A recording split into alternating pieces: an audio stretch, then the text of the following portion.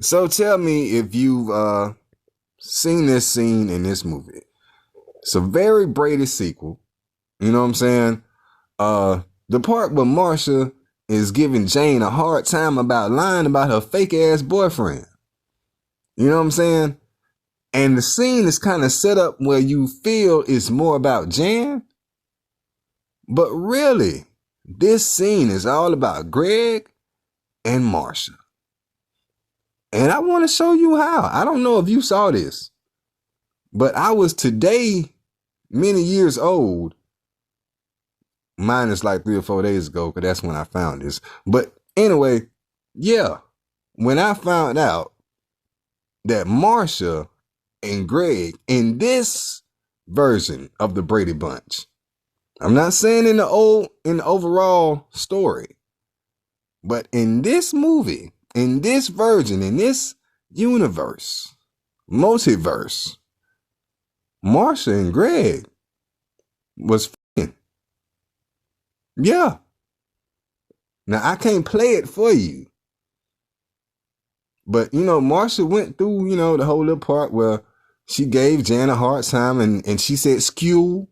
You remember that part? Mm-hmm. And then it gets to the part where Greg says, come on, Marsha, I'll drive us to the rec center. And there's a certain little smile he gives her. That's the smile that boys give girls when they want to go play around. Wink, wink. You know what I'm saying? Like he's excited to give her a ride. No pun intended, but maybe a little bit. And here's how I know how the movie is trying to tell you they were fucking. The music, don't. As Dad says, now remember you two, no fooling around. Everything pauses. They both turn around with a look on their face like, oh my gosh, how did you know?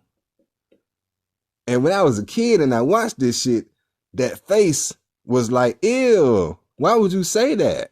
But now it's like, no. That face is, how did you know? And he don't know shit.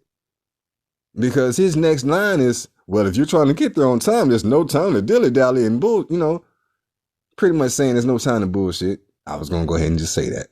But I said, So if you examine this scene and go back and watch that and listen to the score, as soon as he says no fooling around and they pause, the music lets you know. Especially when they walk off and it's like, phew, maybe he doesn't know. They're relieved in the moment and embarrassed at the same time, and they leave. Yeah, Marsha and Greg were fucking.